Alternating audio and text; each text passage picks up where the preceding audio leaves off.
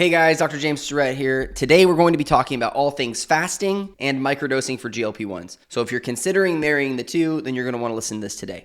We're going to be going over the top 3 mistakes that I see patients and people that we've worked with make when microdosing and how they're approaching fasting. At our clinic, we've literally used microdosing with thousands of patients at this point. I have seen the good, the bad, and the ugly when it comes to fasting. I really want to warn you of these dangers and how you could make things potentially worse for yourself, how to leverage fasting to get the most bang for your buck out of your experience while on a GLP-1. Make sure to stick around to the end of this video because I am going to show you a case study of a 50-year-old female who was struggling with weight loss. She was intermittent fasting, implemented a GLP-1, and was not getting the results that she was looking for until we made a few tweaks. And I want to show you her blood work, talk about what we did differently, and how she was able to lose 30 pounds and ultimately come off of her GLP-1. Let's jump into this.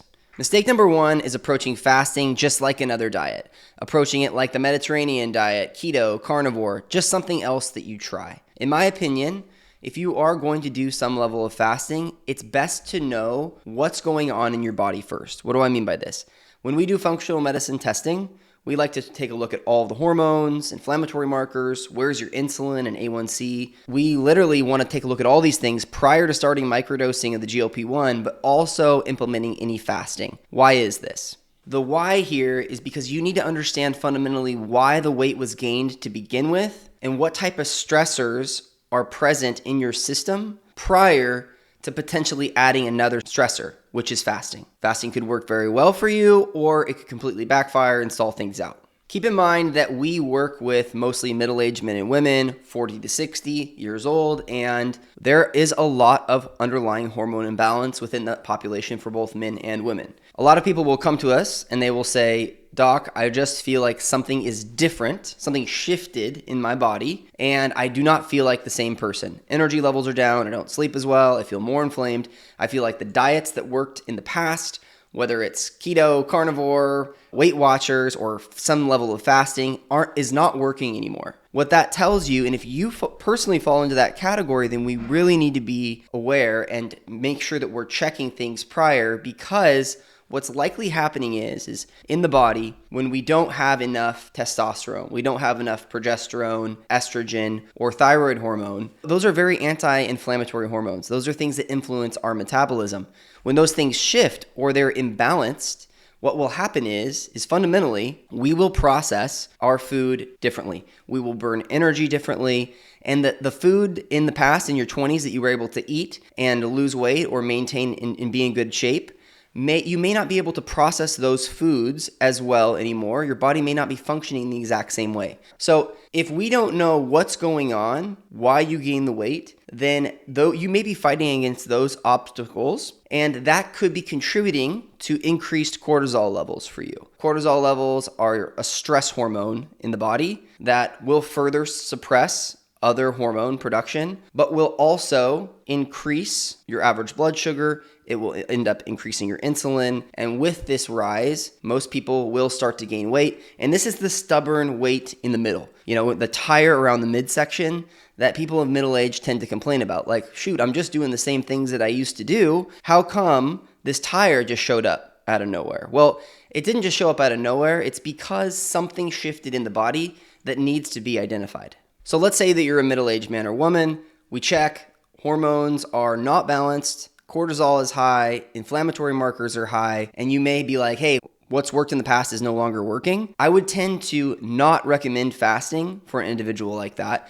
You might be like, Dr. Surrett, where's your evidence? How do you know this? Well, about 50% of the people that come in to see us are those that are already on a GLP-1 and stalled out, wondering what the heck to do next. I would say that 9 times out of 10, they are already intermittent fasting. They are skipping breakfast, not eating their first meal until about 11 to noon is the most common thing that I end up seeing. A lot of times in addition, these people are doing a lot of cardiovascular activity. They're eating a keto-ish diet and things are just completely flatlined. So this all comes back down to cortisol and how your body is regulating stress hormones in the body. So if the body is under a lot of stress and all of a sudden you throw in fasting on top of it, the body will not want to shed extra weight because it puts you in a conservation mode where your body is scared. It's like it's almost like lockdown mode, like a bear for the winter. We're going to talk about how to fix this in just a second. So mistake number one is not figuring out why you gain the weight to begin with, which we can generally do with functional medicine testing. Mistake number two is called the calorie trap. And this is what I typically see with patients that intermittent fast. Here is our pattern. Patients will eat dinner. They will wake up the next morning and consume some coffee, maybe bulletproof coffee or maybe just black coffee to kind of get the ball rolling. Coffee on an empty stomach will really spike cortisol. So if you're somebody who's already struggling with cortisol issues, this puts you in a negative situation in terms of fat loss. This is the first part of the problem. This is where things go south off the cuff. One of the most common things that I see with people on a GLP-1 is that they're actually overdosed a little bit. So it's difficult for them to get in all their protein, hit their macros, get in all their calories. Women, for instance, a lot of times I see women coming in that are already eating under 1,000 calories, not losing any weight. What would happen in this situation is this person has coffee, then they're not eating until noon. Now they have only 2 meals throughout the day to get in their 1,200 plus calories, making sure they're getting their 80 to 100 grams of protein, but they're really not hungry and they're kind of having to fight it down. Most people are falling short, and so you are amplifying the problem. Cortisol is an issue in the morning. And then again, you are under eating. And so it's like this starvation mode in the body where the body's like, oh my gosh, not only am I inflamed, but I'm also not really wanting to break down fat cells because we need to store these puppies. This person's in trouble. Mistake number three is the time frame of your fast. I'm going to show you exactly where I feel like people are getting it wrong, what you do differently. And then I want to answer a question. You're probably at this point thinking, is this guy just completely against fasting? No, I am not completely against fasting at all.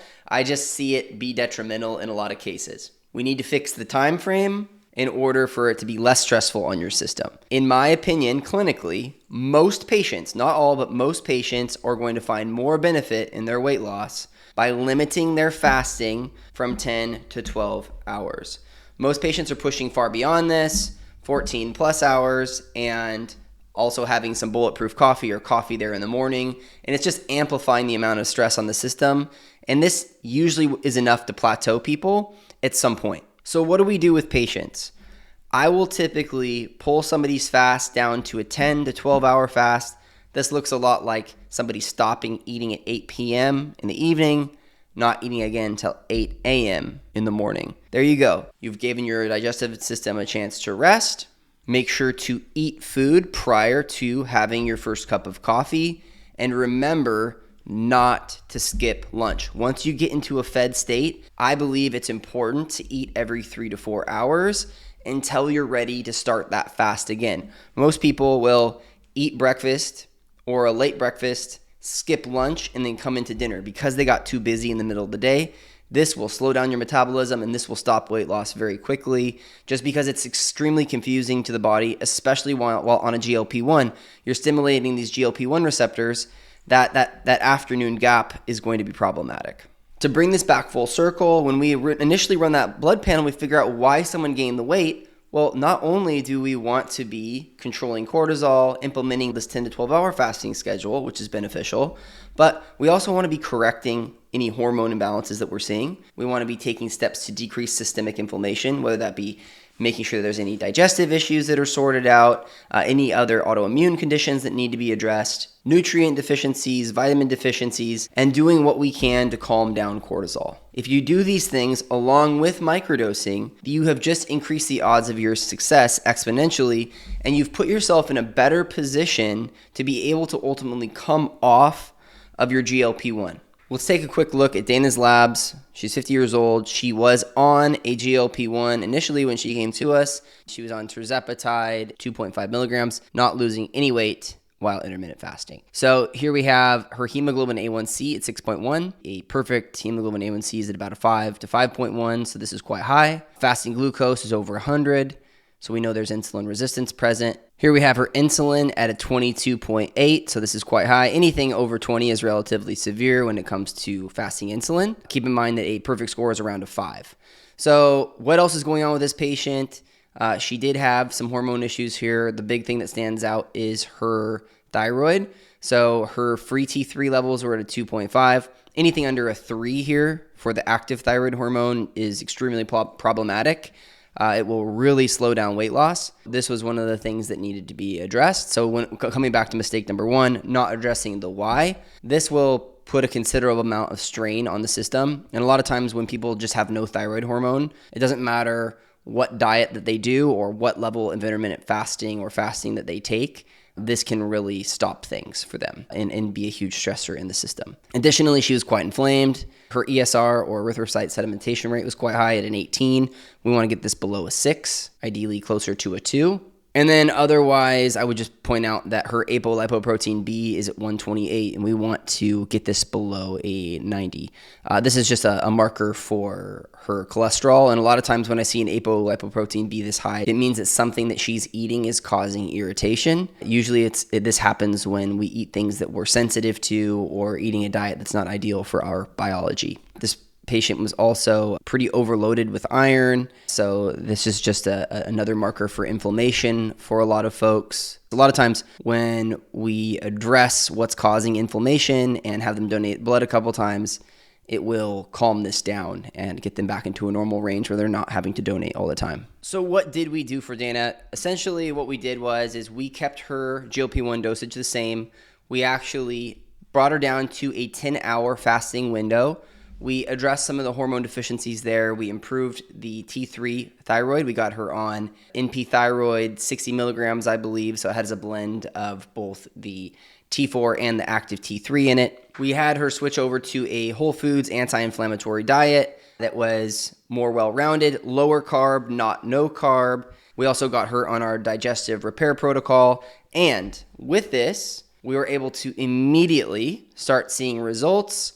And she started losing weight. She started having more energy, started sleeping better. It was like all the things just started to click into motion. With this, I will show you her labs at her 8-week check-in. What I just wanted to quickly highlight here about her improvements.